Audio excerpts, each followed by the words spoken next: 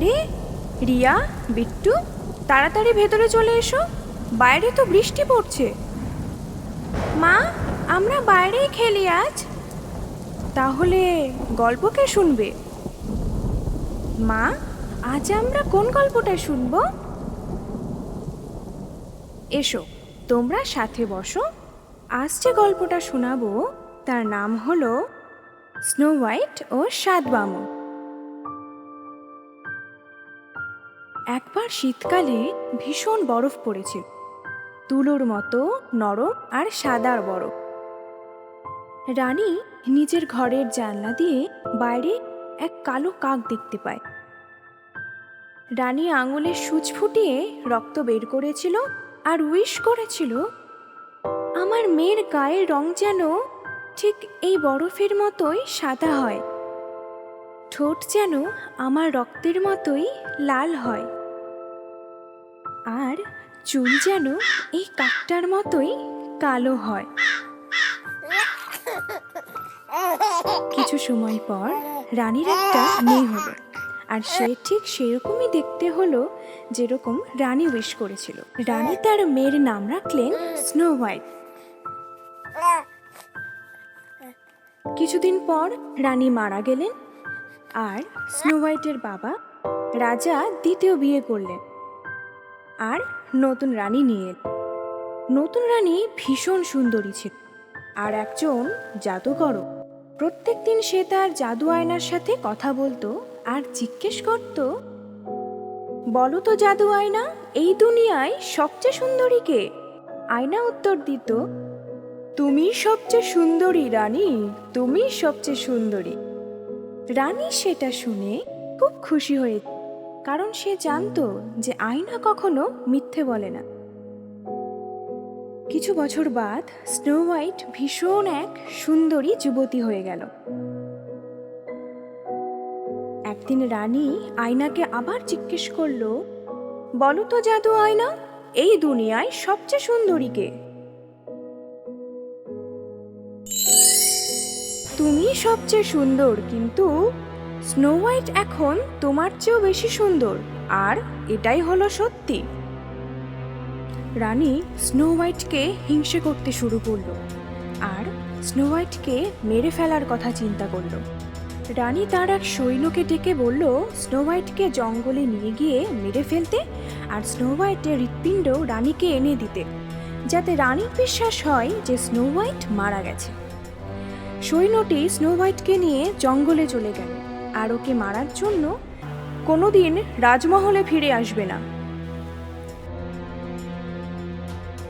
Snow white সৈন্যটির কথা মেনে নিল, আর সৈন্যটি স্নো হোয়াইটকে জঙ্গলে একা রেখে চলে গেল। রাস্তায় এক হরিণ শিকার করে তার হৃৎপিণ্ড নিয়ে রানীর কাছে গেল। রানীকে বলল, এটাই স্নো হোয়াইটের হৃৎপিণ্ড।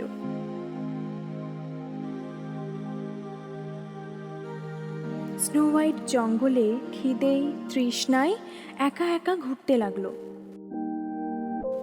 চলতে চলতে সে এক ছোট্ট বাড়ি দেখতে পেল।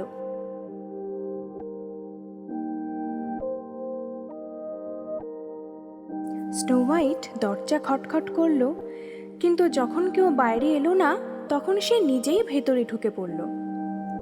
ঘরের ভেতর সে এক খাবারের টেবিল দেখতে পেল, যেখানে 7টা ছোট ছোট থালা, 7টা চামচ, 7টা কাপ আর 7টা ছোট বাটি ছিল। স্নো হোয়াইটের ভীষণ খিদে পেয়েছিল, সে খাবার খেলো আর তারপর ঘরে গিয়ে দেখলো সেখানে 7টা বিছানা রয়েছে। স্নো হোয়াইট খুব ক্লান্ত ছিল, তাই সে বিছানায় শোয়ার পরেই ঘুমিয়ে পড়ল।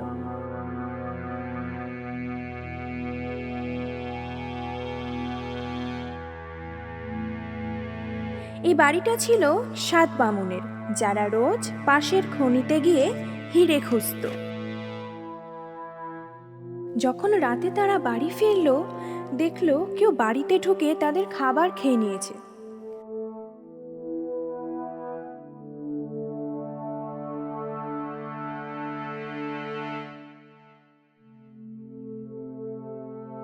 যখন তারা ভেতরে গেল, তারা একটা সুন্দর মেয়েকে দেখতে পেল। এই সুন্দরী মেয়েটাকে? স্নো হোয়াইট ঘুম থেকে ওঠার পর 7 বামুনকে নিজের ব্যাপারে বলল। 7 বামুনের স্নো হোয়াইটের ওপর মায়া পড়ে গেল আর তাকে তাদের সাথে থাকতে বলল। আর এটাও বলল তারা যখন বাড়িতে থাকবে না, স্নো হোয়াইট যেন কারোর জন্যই দরজা না খোলে। কিন্তু দুষ্টু রানী যদি জানতে পারে স্নো হোয়াইট বেঁচে আছে, তাহলে সে তাকে ছেড়ে দেবে না। স্নো হোয়াইট আনন্দের সাথে বামুনদের সঙ্গে থাকতে লাগলো।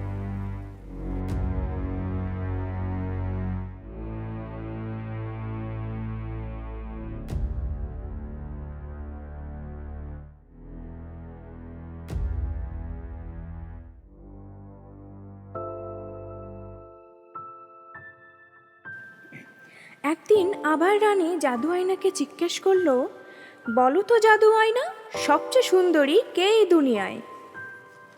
জাদু আয়না বলল, তুমি সবচেয়ে সুন্দরী রানী, তুমি সবচেয়ে সুন্দর, কিন্তু স্নো হোয়াইট তার চেয়েও সুন্দর, যার বাস 7 বামুনদের ঘর।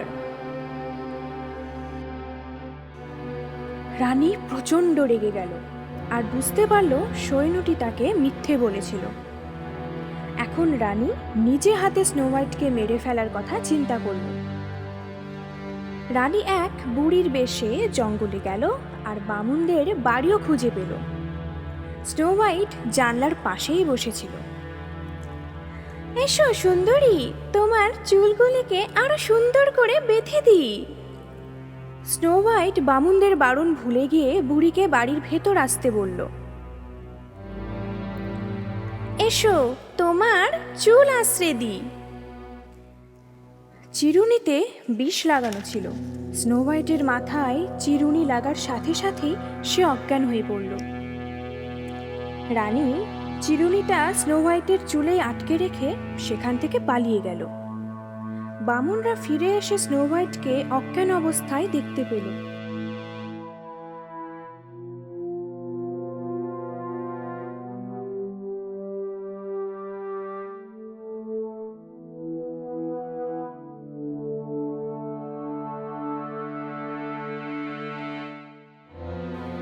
স্নো হোয়াইটের ওপর তারা জল ঢালল আর চিরুনিটা চুল থেকে বের করে দিল।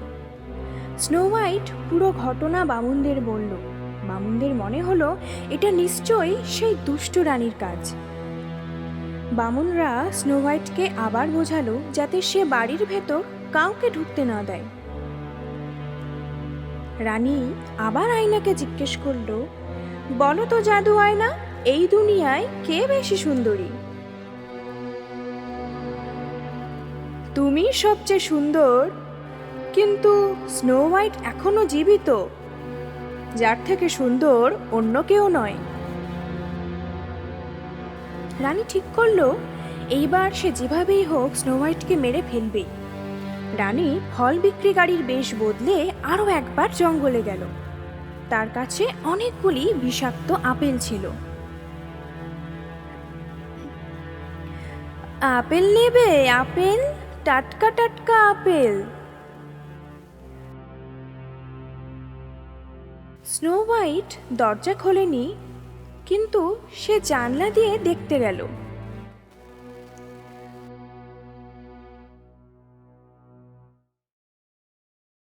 কই দেখি কেমন তোমার আপেল।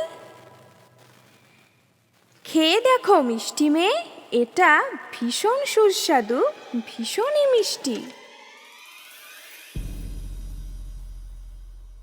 স্নো হোয়াইট যখনই বিষ মাখানো আপেল খেলো, সে অজ্ঞান হয়ে পড়ে গেল। রানী খুব খুশি হয়ে সেখান থেকে চলে গেল।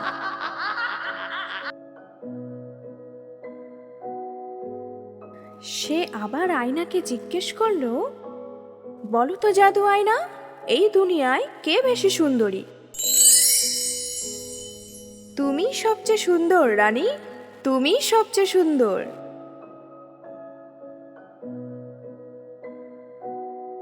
বামুনরা যখন স্নো হোয়াইটকে মৃত অবস্থায় পেল, তখন খুব উদাস হয়ে গেল আর তাকে একটি কাচের কফিনে রাখলো। তাদের বাগানে ফুলগুলির সাথেই কফিনটা রেখে দিল। হঠাৎই সেখান দিয়ে এক রাজকুমার যাচ্ছিল। সে যখনই স্নো হোয়াইটকে দেখলো তার প্রেমে পড়ে গেল। রাজকুমার বামুনদের বলল, আমি স্নো হোয়াইটকে সাথে করে তো নিয়ে যেতে পারবো না, কিন্তু আমি কি একবার কিস করতে পারি? বামুনরা রাজি হয়ে গেল।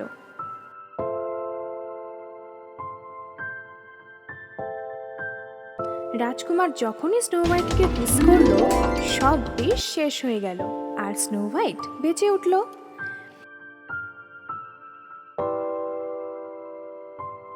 বামুনরা খুব খুশি হয়ে নাচতে লাগলো।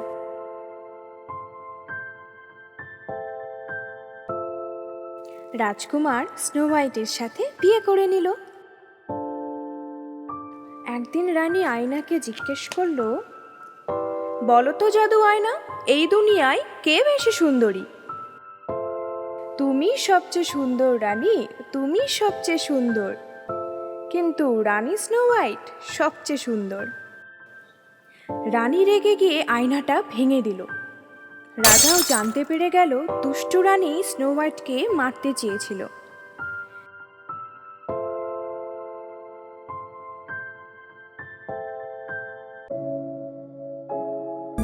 স্নো হোয়াইট 7 বামুনদের বিদায় জানিয়ে সেখান থেকে চলে গেল আর রাজকুমারের সাথে আনন্দে থাকতে লাগলো।